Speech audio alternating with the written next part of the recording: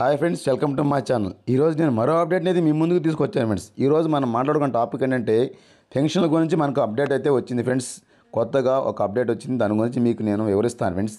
మీకు వివరించే ముందు మీరు నా ఛానల్ సబ్స్క్రైబ్ చేసుకోకపోతే సబ్స్క్రైబ్ చేసుకుంటే లైక్ చేయండి. పూర్తి వివరాలన్నీ పూర్తిగా వినండి, క్లుప్తంగా చూడండి లాస్ట్ వరకు, ఎందుకంటే కావాల్సిన డాక్యుమెంట్ అని లాస్ట్లో వివరిస్తాను. ఈ వీడియో ఎక్కడ స్క్రిప్ట్ చేయకుండా వినండి. మరో హామీకి అమలు. ఎన్టీఆర్ భరోసా వాళ్లకు శుభవార్త. వీరికి ఒకేసారి 4,000, 4,000, 4,000, 4,000 ఒకేసారి కల్పిస్తారు. రేపే పెన్షన్ పంపిణీ. 50 ఏళ్ల కొత్త పెన్షన్కి కావాల్సిన డాక్యుమెంట్లు ఇవే. ఆ పూర్తి వివరాలు నేను మీకు అందిస్తాను ఫ్రెండ్స్. మేము వివరాలకు వెళ్ళిపోదాం. వివరాలు ఒక్కొక్కటిగా మీకు తప్పనిసరిగా మీకు వివరిస్తాను ఫ్రెండ్స్. ఇప్పుడు చెప్పేది ఏంటంటే, మరో హామీకి అమలు. పెన్షన్ 2 నెలలు తీసుకోకపోయినా 3 నెలల్లో చేతికి. డిసెంబర్ 1 నుంచి రాష్ట్ర వ్యాప్తంగా అమలు. ఎన్టీఆర్ భరోసా లబ్ధిదారులకు వెసులుబాటు ఫ్రెండ్స్. డిసెంబర్ పెన్షన్ రేపే అందజేత. లబ్ధిదారులు హర్షవ్యక్తనాలు చేస్తున్నారు, అంటే సంతోషంగా చెప్తున్నారు అన్నమాట. 3 నెలలు కూడా తీసుకోకపోతే పెన్షన్దారులు ఓ విషయాన్ని మాత్రం గుర్తుంచుకోవాల్సి ఉంటుంది. వరుసగా 3 నెలలు పెన్షన్ తీసుకోకపోతే ఆ పెన్షన్ రద్దవుతుంది. మళ్ళీ దరఖాస్తు చేసుకోవాల్సి ఉంటుంది.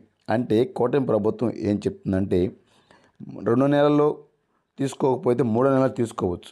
అలాగే 3 నెలలు కూడా తీసుకోకపోతే ఆ పెన్షన్ని వీళ్ళు వలస బాధితులుగా నిర్ధారించి దాన్ని తాత్కాలికంగా నిలిపివేయబడుతుందన్నమాట.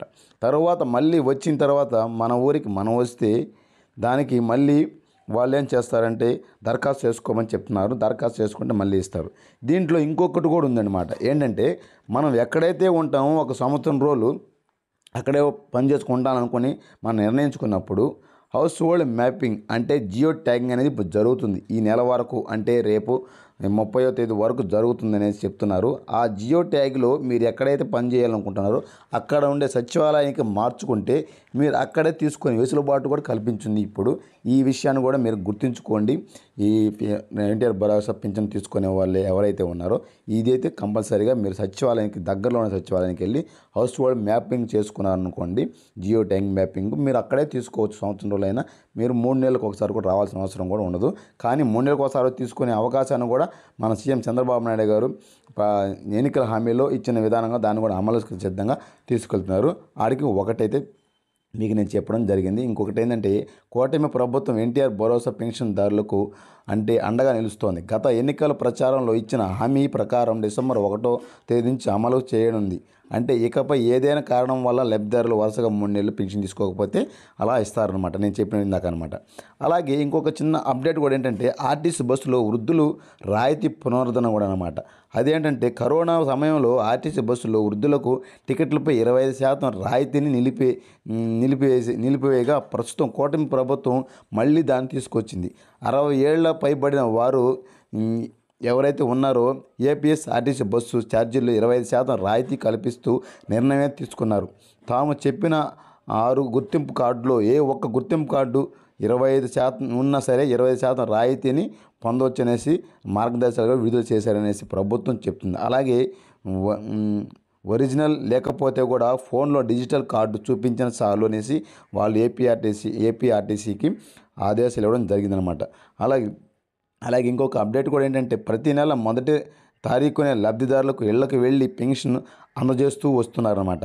అలాగే ఈసారి మన కూటమి ప్రభుత్వం ఎప్పట్లాగే సెలవు 1వ తేదీకి వస్తే ముందు రోజు ఇవ్వడం ఆనవాయితీగా పెట్టుకున్నారు.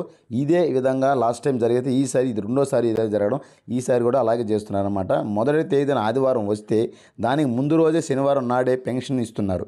డిసెంబర్ 1వ తేదీన ఆదివారం కావడంతో శనివారం నవంబర్ 30వ తేదీ నాడే సామాజిక పెన్షన్లను అందజేయాలనేసి ప్రభుత్వం ఆదేశించింది. కూటమి ప్రభుత్వం అధికారంలోకి వచ్చాక ముందుగానే పెన్షన్ అందజేయడం ఇది 2వసారి. తొలి రోజే 90% పెన్షన్ పంపిణీ చేయాలని లక్ష్యంగా పెట్టుకుందనమాట.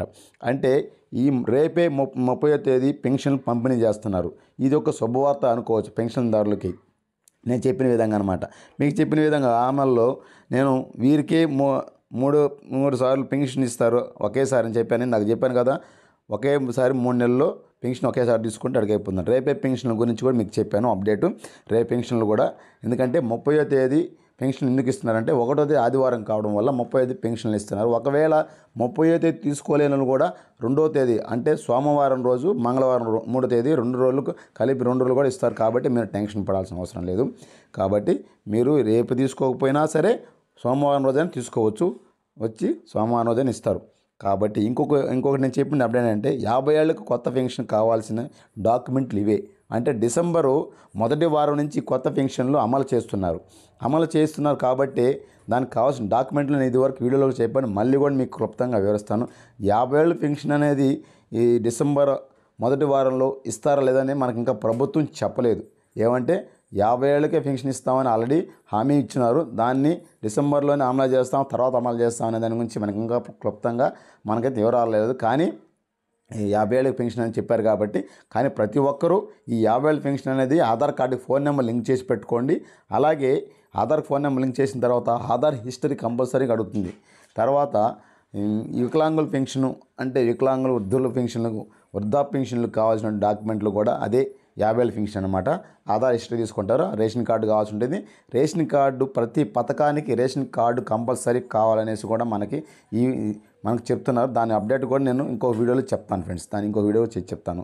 తర్వాత ఈ 50 ఏళ్ళకి ఆధార్ కార్డు, రేషన్ కార్డు, అలాగే bank passbook, caste income xerox కావాల్సి ఉంటుంది. ఈ క్యాస్ట్ ఇన్కమ్ జెరాక్స్ రావడానికి కొద్ది కాలం పడుతుంది కాబట్టి ముందుగానే అప్లై చేసి పెట్టుకోండి.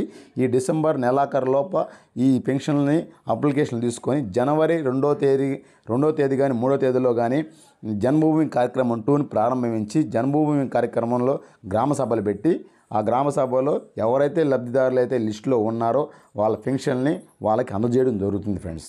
ఇది ఫ్రెండ్స్ ఈ అప్డేట్ అన్ని మీకు చెప్పినట్టు నేను ఈరోజు మీకు నచ్చినట్టయితే లైక్ చేయండి, సబ్స్క్రైబ్ చేసుకోండి, నాకు షేర్ చేయండి. నాకు సారీ ఫ్రెండ్స్, తప్పులుంటే మన్నించండి. జై హింద్.